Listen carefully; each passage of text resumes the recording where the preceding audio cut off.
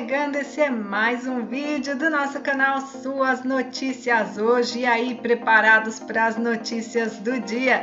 Hoje você confere com a gente repercussões do tapa de Will Smith no Oscar, que ainda está rendendo. Você confere também notícias do caso Henri Borel, caso Lara, e o morador de rua pede desculpas por ter exposto intimidade da mulher. Então se prepare, vem chegando para saber de tudo que é destaque nos noticiários do dia de hoje e deixe o seu comentário sobre cada uma dessas notícias. E vamos começar falando do tapa de Will Smith na cerimônia do Oscar, que tem repercutido. E vejam só essa notícia: mulher com alopecia decidiu expor a careca após a condição ganhar visibilidade na cerimônia do Oscar. Uma mulher que escondeu sua alopecia por 17 anos disse que se sentiu mais confiante para sair sem a peruca após a controvérsia na cerimônia do Oscar ampliar a consciência sobre a condição. Laura Matias, de 30 anos, do condado de Wessex, na Inglaterra,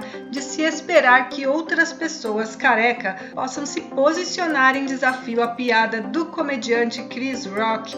A coisa positiva desse incidente horrível foi que muito mais pessoas sabem da alopecia, ela disse. Normalmente fico muito ansiosa de sair sem uma peruca, mas agora eu sinto que gente suficiente sabe da condição e não suporia que tenho câncer ou alguma outra doença e não me olhariam com piedade. O vídeo de Will Smith tapeando Chris Rock no rosto no palco do Oscar foi visto milhões de vezes e gerou múltiplos debates sobre a condição. O humorista fez uma piada sobre a esposa de Smith, Jada Pinkett Smith, que havia raspado a cabeça por causa da alopecia.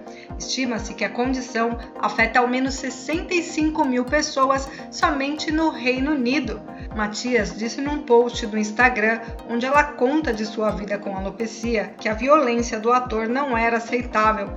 Ela disse que Will Smith fez a coisa certa ao deixar claro que fazer piada da perda capilar da esposa não era apropriado, mas ela gostaria que ele tivesse feito isso com palavras. E ela declara que, embora esse tenha sido um incidente realmente horrível, foi gigantesco para a comunidade da alopecia. Estou muito feliz de ver que finalmente as pessoas estão questionando. Estava muito orgulhosa em ver como Jada parecia glamourosa e pelo fato de que ela respondeu a piada só com um olhar. Ela realmente saiu desse episódio com muita dignidade.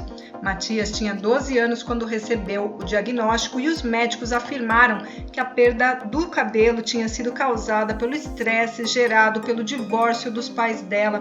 Ela deixou de ir à escola por 6 meses porque tinha vergonha e decidiu comprar uma peruca ao retornar às aulas. E dentre várias revelações, ela conta, essa piada poderia ter arruinado a confiança de muitos, mas na verdade ela teve o efeito oposto. As pessoas não vão nos olhar fixamente quando mais de nós saírem sem peruca. Isso aí, pessoal, a conscientização é o caminho para qualquer preconceito. Vamos falar agora do caso Henri Borel e sobre o caso Lara. Daniel Borel fez uma postagem no seu Instagram comemorando o projeto de lei, também conhecido como Lei Henri Borel, que foi aprovada no Senado Federal e seguiu agora para a Câmara. Apesar de deixar claro que não se aplicará na justiça pelo seu filho, Daniel diz que criará mecanismos para coibir e prevenir a violência doméstica e familiar contra qualquer criança e adolescente do nosso país,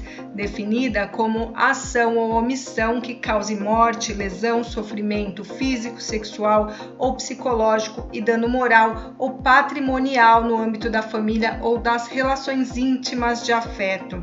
Essa lei endurecerá as penas para crimes contra crianças e adolescentes, criará mecanismos de enfrentamento à violência doméstica e instituirá o Dia Nacional de Combate à Violência Doméstica e Familiar contra a Criança e Adolescente. E num outro caso de violência contra a criança é o caso Lara e o principal suspeito é considerado foragido da justiça. O homem fez contato com a polícia por telefone e disse que se apresentaria, mas desapareceu depois do pedido de prisão.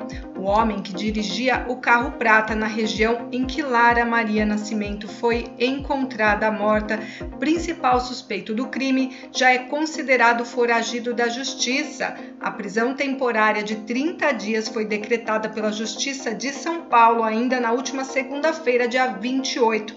Até aquele momento, ele já havia feito contato com a polícia por telefone, ocasião em que disse que se apresentaria na delegacia. No entanto, depois do pedido de prisão, ele desapareceu e não deu mais notícias. Nenhuma informação foi divulgada sobre a sua identidade até agora. O veículo Peugeot utilizado por ele, que aparece nas imagens de circuitos de segurança em Campo Limpo Paulista, pertencia a uma mulher. Em depoimento, a proprietária do veículo disse não conhecer o homem, mas os investigadores querem descobrir se realmente não há relação entre os dois. E as investigações continuam e seguem em segredo de justiça, mas o cerco parece estar se fechando aí para os suspeitos do caso Lara. E agora vamos falar sobre o morador de rua que passou de vítima a vilão e ele veio a público pedir desculpas por ter exposto a intimidade de mulher. Givaldo narrou detalhes do caso que envolveu a mulher e o personal em tom de aventura sexual e disse: "Estou envergonhado." Givaldo Alves de Souza, um morador de rua flagrado mantendo relações sexuais com a mulher de um personal trainer em Planaltina, no Distrito Federal, pediu desculpas por ter exposto a intimidade dela em entrevistas concedidas na última semana. Após a repercussão das falas, o homem afirmou que se sente envergonhado pela situação.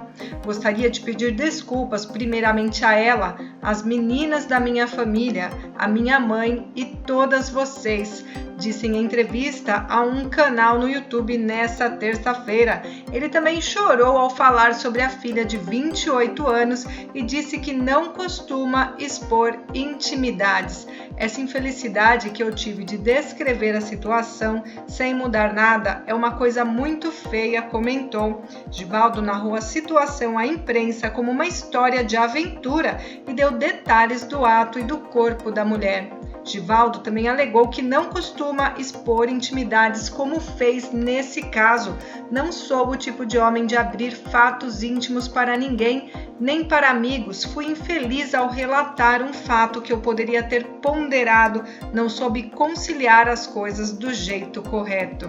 O relatório médico-psiquiátrico sobre a mulher indica a hipótese diagnóstica de transtorno afetivo bipolar em fase maníaca psicótica. O relatório detalha que ela foi levada ao pronto atendimento do Hospital Regional de Planaltina no dia 10 de março devido às alterações de comportamento descritas e por ter se envolvido em relação sexual com pessoa em situação de rua motivada pelo quadro delirante. E segundo o delegado responsável pelo caso, o pai da mulher, na qualidade de representante legal dela, foi até a delegacia, registrou ocorrência de difamação e solicitou que a Polícia Civil tome as providências legais cabíveis. E qual a sua opinião sobre o caso? Deixe aqui o seu comentário para não perder nenhuma novidade. Faça a sua inscrição, ative as notificações. O seu like ajuda muito a gente a trazer notícias todos os dias aqui para vocês. E nos encontramos logo mais para mais um boletim. Até já!